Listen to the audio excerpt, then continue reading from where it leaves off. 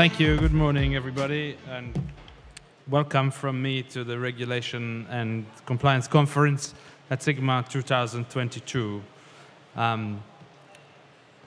This is the 5th year running that WH Partners, the firm which I manage, is hosting this event. We're very pleased to be able to support Sigma and to share with you insights relating to the law as it develops, the regulation, and to current compliance issues.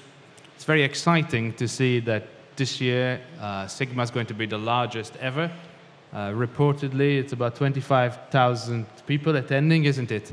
And it's been amazing to see this event grow so much and so successfully over the years.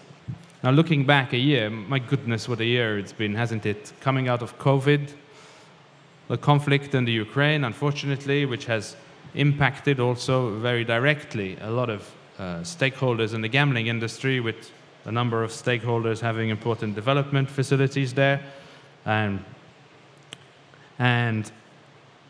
tightening of enforcement, especially around Europe in the areas of responsible gambling and AML, with increasing intervention of international organizations. If you look at Europe, the Council of Europe and Manival being very interventionist in jurisdictions which are known for gambling, and also the FATF, at first grey listing Malta this year, Malta coming off the grey list, and now Gibraltar being put on the grey list. A looming global recession. I mean, could it get any better or any worse? The Chinese reputedly have a curse which says, "May you live in interesting times." And it seems to me that we are really living in interesting times. But amidst all this, business must stay positive, must find areas to consolidate and to grow, to try and navigate the stormy waters that we sometimes find ourselves in. And I think the next 12 months will be a very interesting test to see whether this industry is as resilient as we all hope it is, and whether we can overcome the times ahead of us, as the industry did around 2008 to 2010. So what we've done today is we've prepared a program which seeks to tackle some of the key issues which the industry faces. Being in Malta, it's quite appropriate that we start off with a look at how Malta has fared and how it's actually managed to stay at the top of the gambling industry as a leading jurisdiction or hub, if you want, for the online gambling world. We go on to look at issues relating to developments in the Netherlands and Germany. As you know, new licenses this year out in the Netherlands, still lots of license applications pending in Germany, slots licenses, and the introduction of business models which, to a certain extent, are uncharted territory, with increasing focus on affordability of gambling, with operators having to look at how their customers play and interact with them, how they spend their money, with very much increased focus on issues such as source of wealth and limits, deposit limits. Also, an upcoming legislative review in the UK, and we have a panel about that too.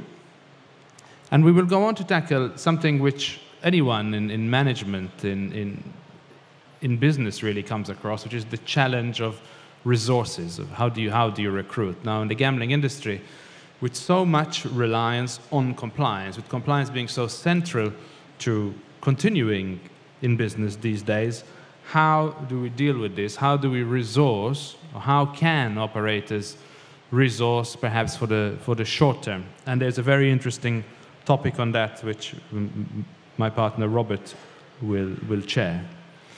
At 10:55, we're quite fortunate to have with us this year the finance minister from Curaçao. Now, as you know, Curaçao has been in the process of rethinking its regulatory and licensing framework related to online gambling. We very much hope that the minister will share with us today some deep insights into what Curaçao has planned. I personally am very curious to see whether we will see Curaçao adopting a model perhaps akin to what we were used to in Malta until some time ago, or something similar. perhaps with licenses being issued directly by a central regulator, which certainly would change the profile of Curaçao and make it a much more sort of palatable jurisdiction for a lot of operators seeking to also do business with suppliers in the EU. So that's at 10:55. Another very topical issue is tax. As you know, there's an increase in anti-tax avoidance legislation. So operators, a lot of which by definition are structured cross-border, must look extremely closely at the relationship between their own group companies with their suppliers, take into account issues ranging from corporation tax to VAT, and within their group, transfer pricing in most jurisdictions. We have a panel also on responsible gambling, and a specific panel on AML and how to prepare for an AML compliance audit. I think anyone in the industry today has become used to undergoing AML compliance audits. Perhaps not everybody yet realizes that apart from ensuring internal compliance, it is possible also to strategize around how to prepare for this type of audit. And we have a very interesting set of panelists there too. We'll go on to talk about Web3, and my partner Joe, who is extremely fond of tech, of blockchain, of NFTs, and of the development of games in this space, is going to be talking to you with his panel about Web3. And then we'll finish off this morning session with another very interesting panel that has to do with player claims in Austria and Germany.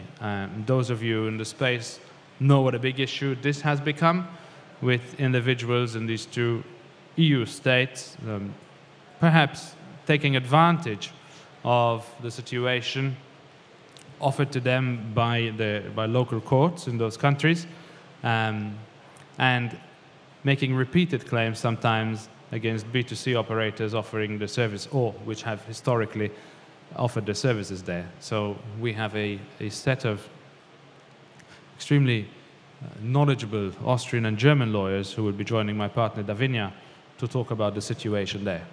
I hope you enjoy the conference. It's a short period of time, and we will try to focus on the gist of the topics that we're talking about. The format is the same as last year's, short panels, to the point. I hope you take something interesting away from this, and I would encourage you also to catch up with the speakers on the fringes of the conference after their panels. I wish you a very good conference and a good day at Sigma. Thank you very much.